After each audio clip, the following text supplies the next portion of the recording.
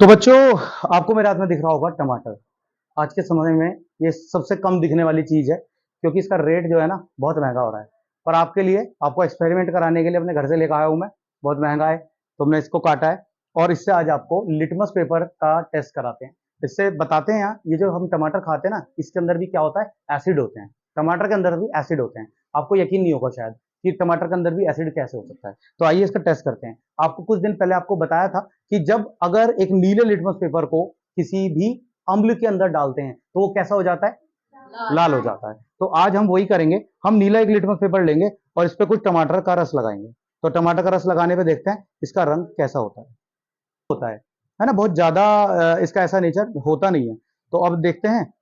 ये देखिए, अब ये धीरे धीरे इसका रंग कैसा होने लगा है। अभी पूर्ण रूप से नहीं हुआ, क्योंकि मैंने क्या कहा आपको, क्योंकि टमाटर के अंदर बहुत ज्यादा एसिडिक नेचर नहीं होता, इसका बहुत ज्यादा एसिडिक नेचर नहीं होता।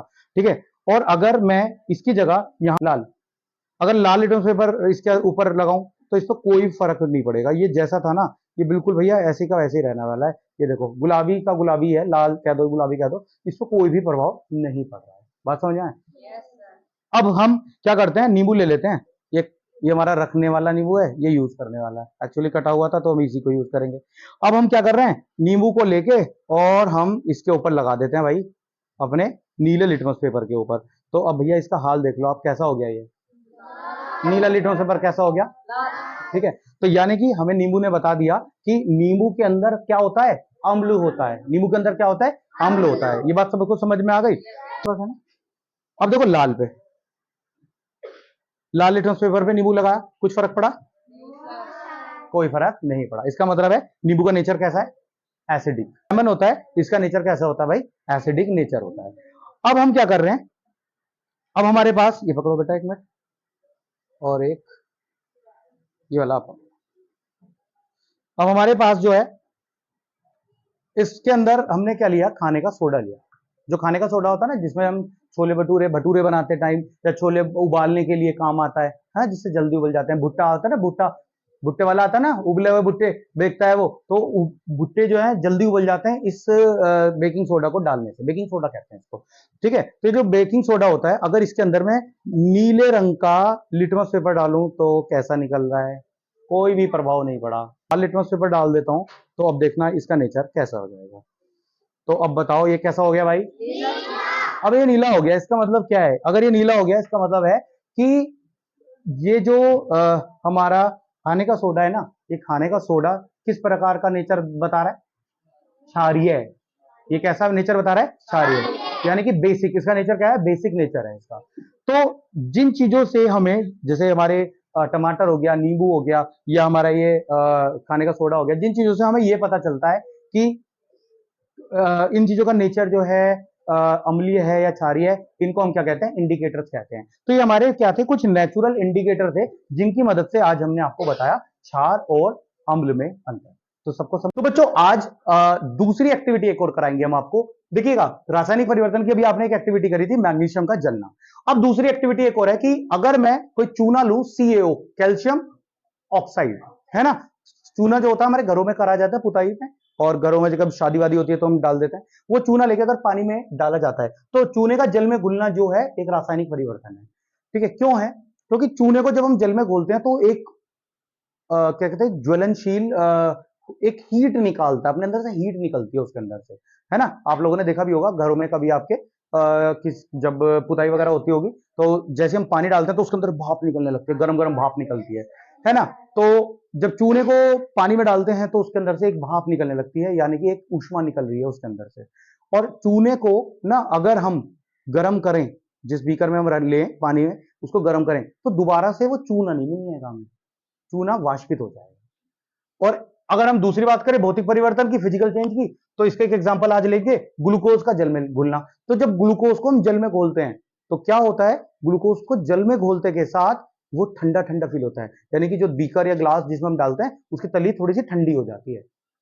ठीक है। तो आज ये एक्सपेरिमेंट हम करके देखेंगे। एक चीज और की, और जब ग्लूकोज को ना हम गर्म करते हैं किसी बीकर में रख के थोड़ा सा पानी लेके, तो क्या होता है, पानी पानी सारा वाष्पित हो जाता है और नीचे ग्लूकोज आ जाता है फिर से। तो करके देखते हैं ये दोनों प्रयोग। ठीक है। तो चलिए आइए, और हमने सबसे पहले लिया है हमारे पास कैल्शियम हाइड्रोक्साइड। ये मैंने कैल्शियम हाइड्रोक्साइड ले लिया है। लगभग 2 चम्मच मैंने इसके अंदर कैल्शियम हाइड्रोक्साइड डाला। ठीक है, अब मैं इसके अंदर क्या कर रहा हूं भाई, थोड़ा सा ये साफ पानी है, बिल्कुल पीने वाला पानी हमने अभी मंगाया है, कोई गर्म पानी नहीं है, नॉर्मल टेम्परेचर का अभी मंगाया है हम लोगों ने। और अब इसके अंदर कुछ पानी डालना है, थोड़ा सा अमाउंट ज्यादा हो गया, कम कर रहे हैं क्योंकि बीकर हमारा थोड़ा सा छोटा है। ठीक है, अब इसके अंदर मैं क्या डाल रहा हूं, ये देखो क्या निकल रहा है, धुआं निकलना सा, धुआं निकलना शुरू हो रहा है, दिखाता धुआं निकलता, ये देखो धुआं निकल रहा है। अच्छा, अब धुआं तो निकल ही रहा है, अब ये थोड़ा सा थोड़ी देर में अभिक्रिया करेगा, और अभिक्रिया करके क्या हो जाता है, ये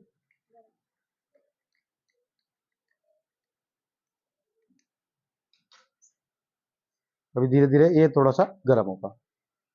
ऐसे ही अब हम लेंगे, हमने ग्लूकोन डी लाया हुआ है, और ये ग्लूकोन डी लिया हमने, और थोड़ा सा ग्लूकोन डी हमने सारे डाल देते हैं, चलो। और ये बिल्कुल साफ पानी है, अभी आप लोगों में से किसी एक को देंगे पीने के लिए, पीजिएगा। अब ये ग्लूकोन डी इसके अंदर डाल दिया है, तो ये जो ग्लूकोज है इसको मैं साफ कर लेता हूं स्टिर करने के लिए।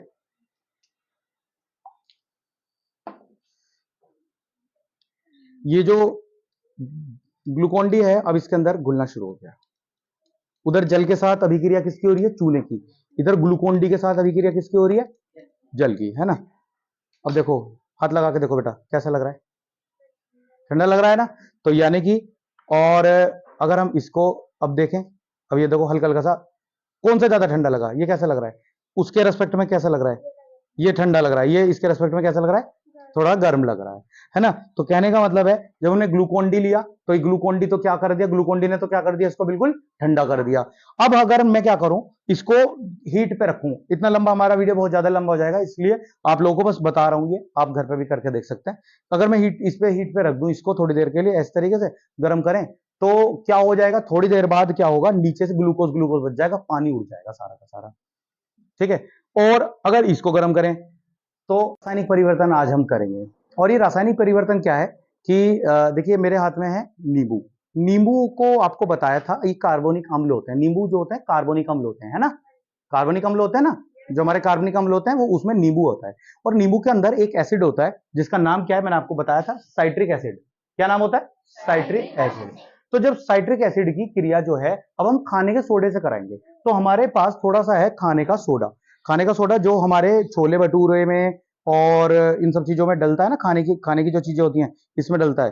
तो अब देखिएगा एक अभिक्रिया होगी, और आप देखिएगा एक गैस भी निकलेगी, जरा ध्यान से देखिएगा, मैंने इसके अंदर खाने का सोडा डाला, अब ये देखो कैसी अभिक्रिया हो रही है, दिख रहा है, एक बबल्स बन रहे हैं। ठीक है, और ये देखो ये गैस सी ऊपर को आ रही है, दिख रही है, बबल्स बन रहे हैं, ये देखो एक गैस निकल रही है इसमें से, उस गैस का नाम है कार्बन डाइऑक्साइड। कौन सी गैस है, कार्बन डाइऑक्साइड। ठीक है, तो ये कार्बन डाइऑक्साइड निकल रही है इसके अंदर, देखो बबल आ रहे हैं आपको। तो ये अभिक्रिया मैं आपको समझा देता हूं कि जब नींबू के रस की अभिक्रिया जो है खाने के सोडे से करते हैं, नींबू का रस क्या होता है, एक अम्ल होता है, ठीक है, और खाने का सोडा क्या होता है, क्षार होता है, आपको पता है बेस होता है ये। तो कार्बन डाइऑक्साइड बनती है, और इसके अंदर देखो थोड़ा सा पानी भी दिख रहा होगा आपको, और नीचे सबसे नीचे कुछ गाढ़ा जमा हुआ सी चीज दिख रही होगी, देखो ध्यान से देखो, एक कुछ जमी हुई सी चीज है, तो ये जमी हुई जो चीज है ये एक तरीके का लवण है, सॉल्ट है। आपको बताया भी था कि जब एक क्षार की अभिक्रिया, जब एक बेस की अभिक्रिया किसी एसिड से कराते हैं, जब एक क्षार की अभिक्रिया अम्ल से कराते हैं, तो क्या बनते हैं, लवण बनते हैं। तो यहाँ पर लवण भी बन रहा है, पानी निकल रहा है, और ये कौन सी गैस, देखो बबल बना हुआ है, कौन सी गैस निकली है, ये कार्बन डाइऑक्साइड। ये तेजी से बाहर की तरफ जाती है, क्या ये हमारे लिए अच्छी होती है, बिल्कुल भी नहीं।